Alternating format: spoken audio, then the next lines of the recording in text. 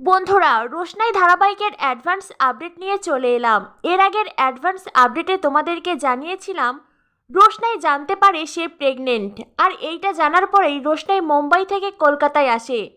আরণ্যকদের বাড়িতে সকালের নাস্তা করছে সবাই। তখনই হঠাৎ করেই দরজায় কলিং বেল বেজে ওঠে।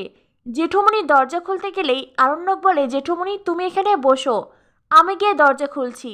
জেঠুমনি বলেন, তার আর কোনো প্রয়োজন নেই, আমি নিজেই পারবো। আরণ্যক বলে, জেঠুমনি বড় মা তোমার জন্য চা আনছি, তুমি বরং বসে চা খাও, আমি দেখি কে এলো।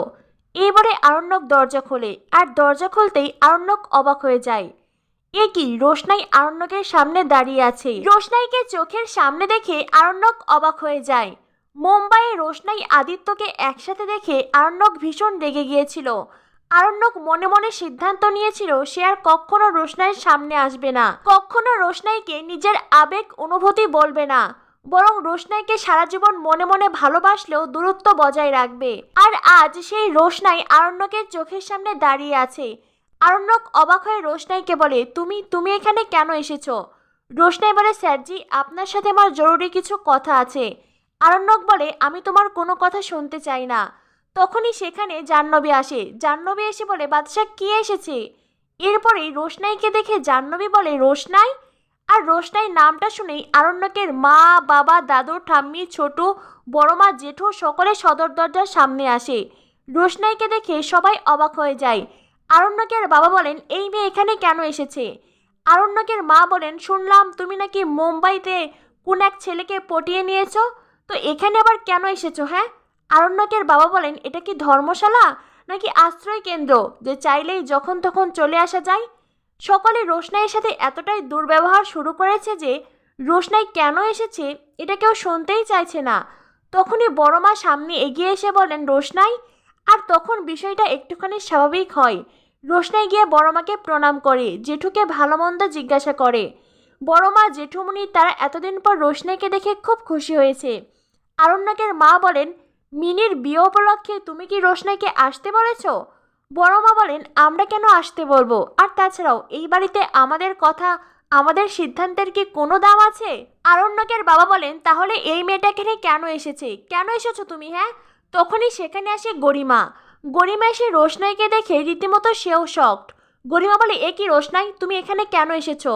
ভুলে যেও না এটা আমার শ্বশুর বাড়ি, এখানে আসার কোনো অধিকার তোমার নেই। হ্যাঁ, একটা সময় আমার শ্বশুর বাড়ির লোকজন, আমার হাজবেন্ড তোমাকে অনেক হেল্প করেছে, কারণ তাদের মন উদার, তারা অন্যের উপকার করতে ভালোবাসে। কিন্তু এখন তো তুমি আদিত্য কাপুরকে পেয়ে গেছো, তাই না?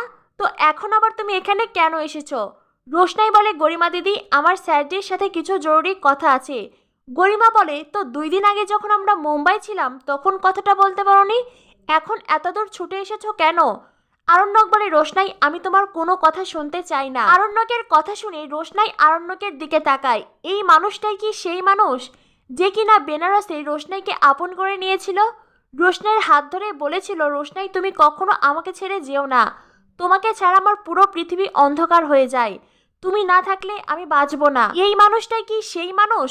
রোশনাই আরণ্যককে বলে, স্যারজি আমি তো বললাম আপনার সাথে আমার জরুরি কথা আছে।